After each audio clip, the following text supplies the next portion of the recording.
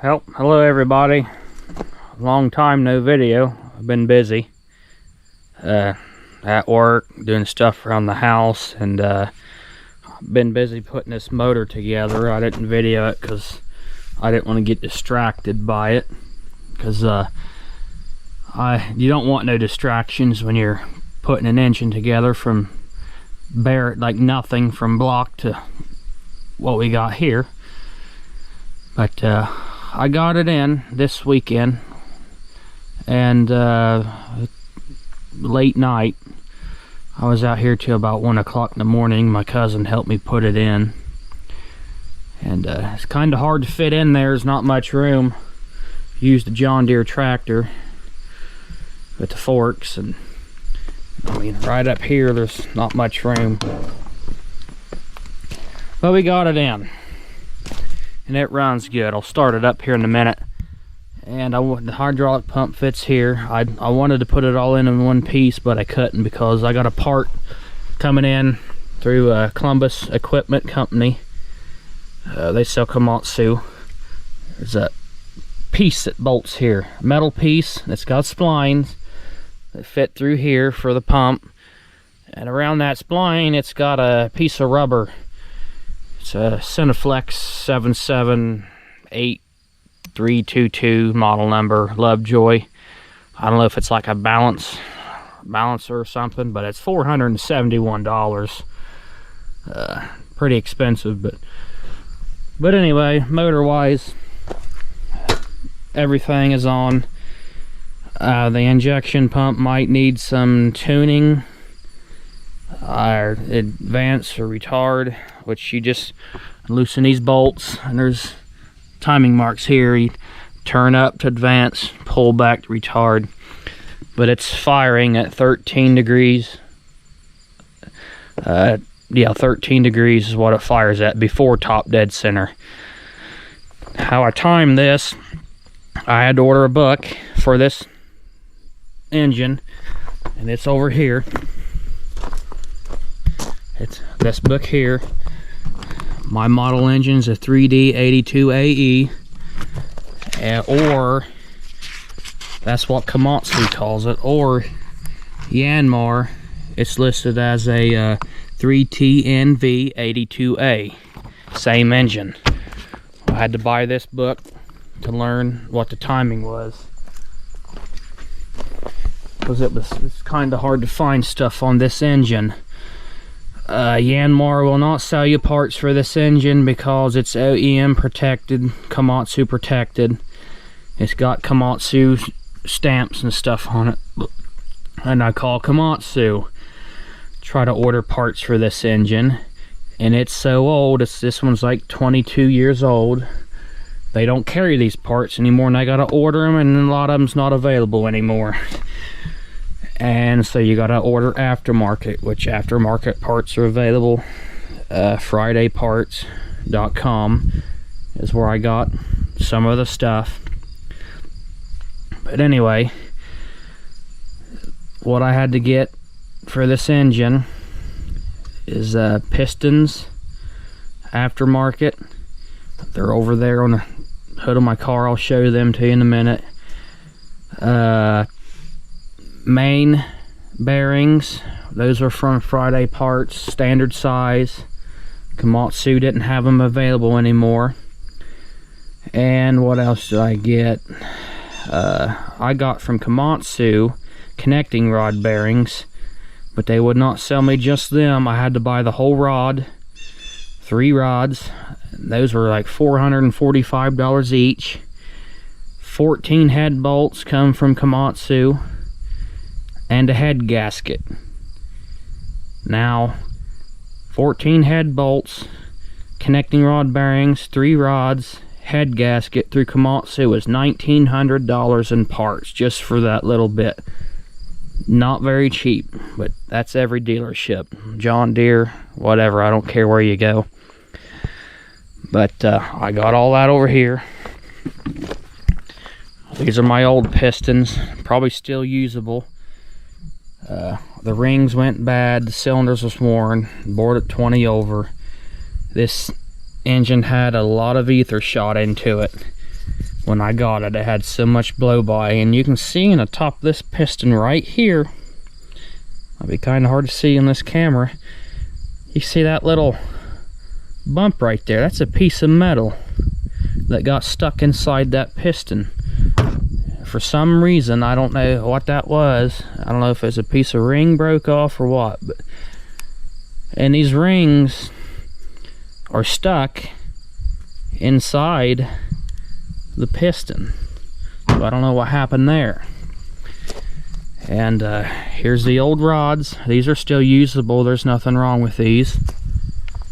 I could have used these old rods if I bought the aftermarket connecting rod bearings from Friday Parts, but I wanted genuine Komatsu as much as possible.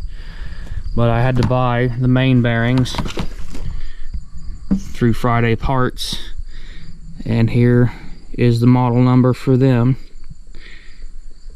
Pretty good looking bearings, and this was the aftermarket ring set for the pistons. This is 20 over. There's that part number 29537-22500. 20 over.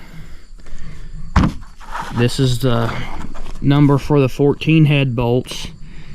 Part number YM119-810-01200, I think, kind of worn down. This is the box for the 3 rods. Part number YM7198110-23100 rod assembly. That come with the main bearings, or I mean the connecting rod bearings in there. And here's a paper I found on this engine. Now right here at my thumb, that's looking at the flywheel, the side of it, the 13-degree mark. You'll find that through the hole on the bell housing. Right here, there's a plug you pull out. The easiest way I found to time this engine, cylinder number 3 is right here in the front. They go from flywheel 1, 2, and 3. Get it to top dead center compression stroke. And how you find that out without taking the injector out is take off the valve cover, and when you got it on top dead center, look through here. It's got a line and number 1, 2, or 3 for whatever cylinder. If you can turn the push rods, the intake and exhaust push rods, you can turn them, they're closed. So you know that's compression stroke, the firing stroke. And once you got that, you turn it back the opposite direction past your 13-degree timing mark, then you'll come back clockwise the right way and stop right on the 13-degree mark before top dead center. Then you'll have this cover off, and that's when you line up your timing marks. I got a picture over here. This is after I tore this engine apart. You got letters like A, B, C, and that's it. You'll line them all up with this gear right here. This gear doesn't do nothing. It's an idler gear. Timing mark A is actually, it's right here, but when it's on top dead center, number 3, that timing mark is right here. A, line A to A, C to C. That puts in time your crank and your camshaft. Then here's the injection pump. This is one I had the most problem with until I got the book. It's got timing mark B on this gear, but you take this nut off and the whole gear off. The keyway on the shaft of the injection pump is the timing mark and I think it should be facing up this way when you're looking at the engine like this. That's getting ready to fire fuel into cylinder number 3. But I got that all done, and this is the oil pump, and that puts this engine in time. And I put it all together, turned it over, probably didn't even turn over 3 times, fired right up. It might need some fine adjusting because it smokes a little bit sometimes, but it goes away after a while. I don't know, that's after it sets. I don't know if them injectors are bleeding off in the cylinders and it's just burning that extra fuel off or not, but it runs good. A lot of things I'd learn about this engine, but I'm figuring it out. But I'll go ahead and start it up. I've checked the oil, been checking it a lot. It's full, it's clean. It's got bubbles in it. It looked like water, but it's not. I made sure of that. I put 10W30 diesel engine oil in it. There's like 6 or 7 different types of oil you can put in this engine. It's based off of where you're at, what part of the world you're at, temperatures. In my area, where the temperatures are, we use 10W30 diesel engine oil or 1540 Shell Rotella. So either one of them in my area is fine. I went with 1030 because that's what they had. But anyway, I'm going to start it up here. Turn the key buzzer on.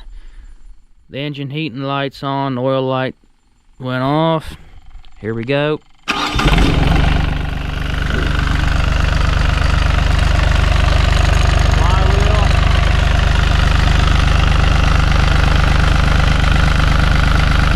Good. Sounds quiet.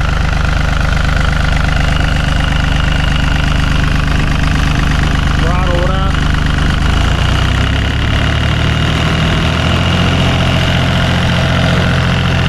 Throttled up a little bit.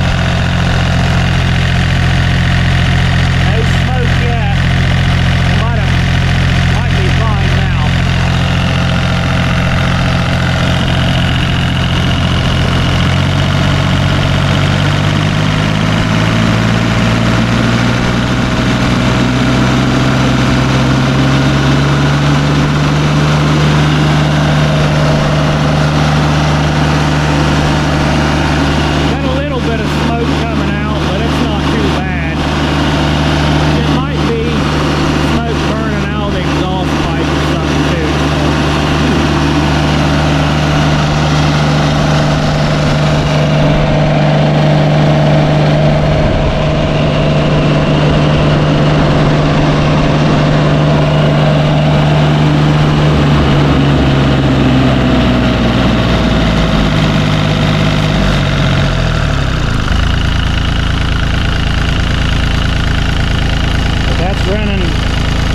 Going good. No blow by, of course. I took the oil cap off and made sure of that, which you know it shouldn't because it's a new engine, but I usually do them kind of checks when I go buy a diesel engine. Check the oil, pull the cap off, make sure don't blow the cap off. If you're blowing the cap off, then that ain't good. It's tough and tough. Same way with the breather hose. But so far it's running pretty good. I got about an hour of idle time on it, so I didn't just start it up at full throttle right off the bat. I let it sit there and idle for about an hour to break it in. In a couple hours of run time, I'll probably change the oil again. I'll shut it down. But yeah, a couple hours of running time, I'll probably change the oil again. That way, in case it's got any contaminants from when I had it busted apart during the rebuild process, to get that oil out. Then I might put 1540 Shell Rotella in it and another oil filter. That's a Wix filter. And make a few little adjustments maybe to it. Other than that, so far the engine, it's ready to go. But it cost me a lot of money, that motor. I found out it was cheaper just to buy another motor brand new and put in that through Yanmar. I wish I would have known that, but it already sunk in a couple $1,000s at the time to have the machine work done. But that's the original engine for that too, so that's good to have it. But here is the paper for the machine work. Pistons and rings, new pistons and rings was $460. 3 seats, exhaust, $5 each, $15. And we had the clean block, $165 to clean the block. R&R cam bearing, $75. R&R freeze plugs, $75. Bore and hone cylinder, $350 to do that. Polish the crank. Crank was in good shape, $75. And let's see, clean the head, $100. Valve job, $325. Resurface the head, $125. 6 set valve to deck height, $5 each, $30. 3 exhaust seats, $35, $105. That's $35 each, so that's $105. Install seal sleeve, and that was $50. All this brought it up after taxes to $2,081.63. And let's see, the total parts was $475. The subtotal before taxes was $1,950. This is the same guy right here that rebuilt my Willys Jeep engine, and I had him completely put it together too.